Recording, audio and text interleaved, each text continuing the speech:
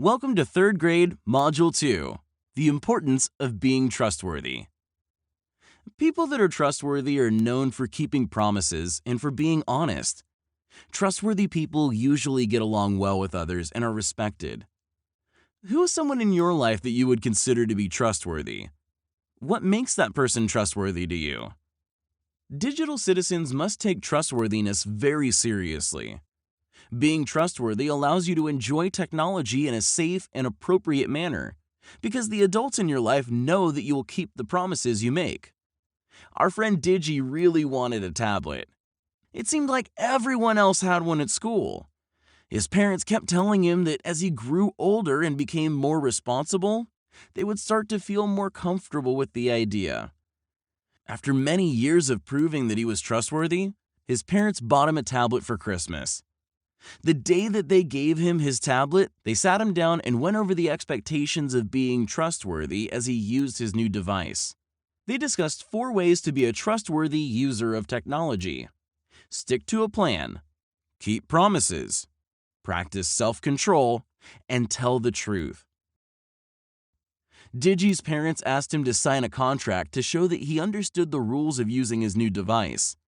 A technology contract, or agreement between parents and children, outlines the rules and expectations for using technology. One of the expectations on his plan was that he would only use his tablet after he completed his homework, and on the weekends with permission from his parents. Another expectation was that he would not take his tablet to school. Many schools have specific rules in place for using personal devices, and Digi's parents wanted to make sure he was not violating those rules. Another expectation stated on Digi's contract was that he would park his device when he was doing homework, eating dinner with his family, or when his family felt it was necessary. Parking spots for devices are becoming very popular in many families. This is a spot in the house where everyone will store their device so they can enjoy each other's company and other hobbies free from distraction. Another time that Digi's family expected him to park his device was at bedtime. They knew that children who used electronic devices at bedtime often had poor sleep habits. Digi was doing an excellent job of sticking to the plan. He parked his device each afternoon as he did his homework. He never brought his tablet to the dinner table. Digi knew how important a good night's sleep was to his health, so he left his tablet in the parking spot at bedtime. There was, however, one part of the contract that was causing Digi to have a hard time sticking to the plan, and that was the expectation that he would not take his device to school. Digi really wanted to show his friends his new tablet. He also wanted to share some videos he had recorded of his dog doing funny tricks. He thought that maybe if he snuck his tablet out to recess, he could show his friends the videos, then quickly put his tablet away when he got back into the classroom. He decided not to stick to the plan, just this one time. By not sticking to the plan, Digi was breaking a promise that he had made to his family. How do you feel when someone breaks a promise that they made to you? It isn't a very good feeling. Digi figured his parents would never find out and promised himself that after this one time he would never do it again. Unfortunately for Digi, another student saw a group huddled around his tablet and reported it to a teacher that was on duty. The teacher approached Digi and asked him to hand over the tablet. Not only had he broken the promise that he made to his parents, but he also broke a school rule. The tablet was taken to the office and his parents were called. They had to come pick up the tablet in person. How do you think Digi was feeling as this happened? Practicing self-control means that you think about your actions and the possible consequences before acting. Digi did not use self-control when he brought his tablet to the playground. If Digi would have stopped and thought about what could go wrong, he probably would have made a better choice. He ended up having his tablet taken away for 1 month. Although this upset him, he was more upset over the fact that he was no longer trustworthy in his parents' eyes. The good news is that with time and self-control, Digi was able to prove that he was trustworthy once again. When is a time that you had to practice self-control in order to help you keep a promise?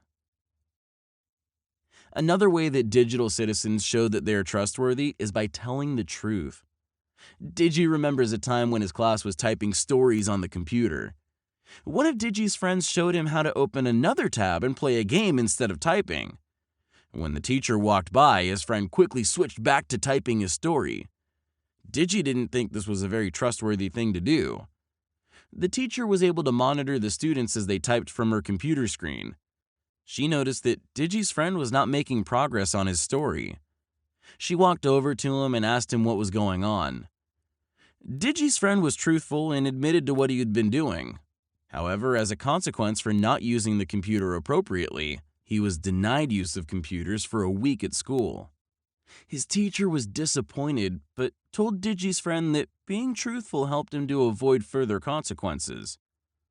Trustworthy people are able to admit when they made a mistake. They're also able to learn from their mistakes to make better choices in the future. Sometimes it may be tempting to hide the truth to avoid consequences. And when it comes to using technology, there are lots of ways for adults and teachers to track usage and to uncover the truth. Digital citizens always tell the truth up front, even when they make a mistake. Adults may be disappointed in you, but when you don't tell the truth, you make things worse by breaking trust. Rules for technology usage are put in place for your safety and protection. Digital citizens show their teachers, families, and others that they can be trusted to tell the truth, even when it might seem hard. When you are a trustworthy digital citizen, people view you as a leader. This is because they know that you will be honest and truthful in all situations. When you show that you are trustworthy, you will see that you will be given more opportunities to use technology because adults know that you will make good choices. Digi has learned a lot from his own mistakes and from the mistakes of his friends. He hopes that you will take his advice and make sure to always be honest when using technology. Think about a time that you had to prove that you were trustworthy. How did it make you feel knowing that others view you as honest and reliable? What steps will you take to show that you are a trustworthy digital citizen? And now, a word from our founder, Lisa Stroman. Technology is always going to be a part of our lives, but we have to remember that with this privilege comes responsibility. Digital Citizen Academy was created to help you become a responsible digital citizen by empowering, educating, and inspiring you to become a leader in the technology space. We want you to be safe online, and we also want you to have a voice in what happens with your digital footprint. Thank you for being a good digital citizen, and welcome to the DCA team.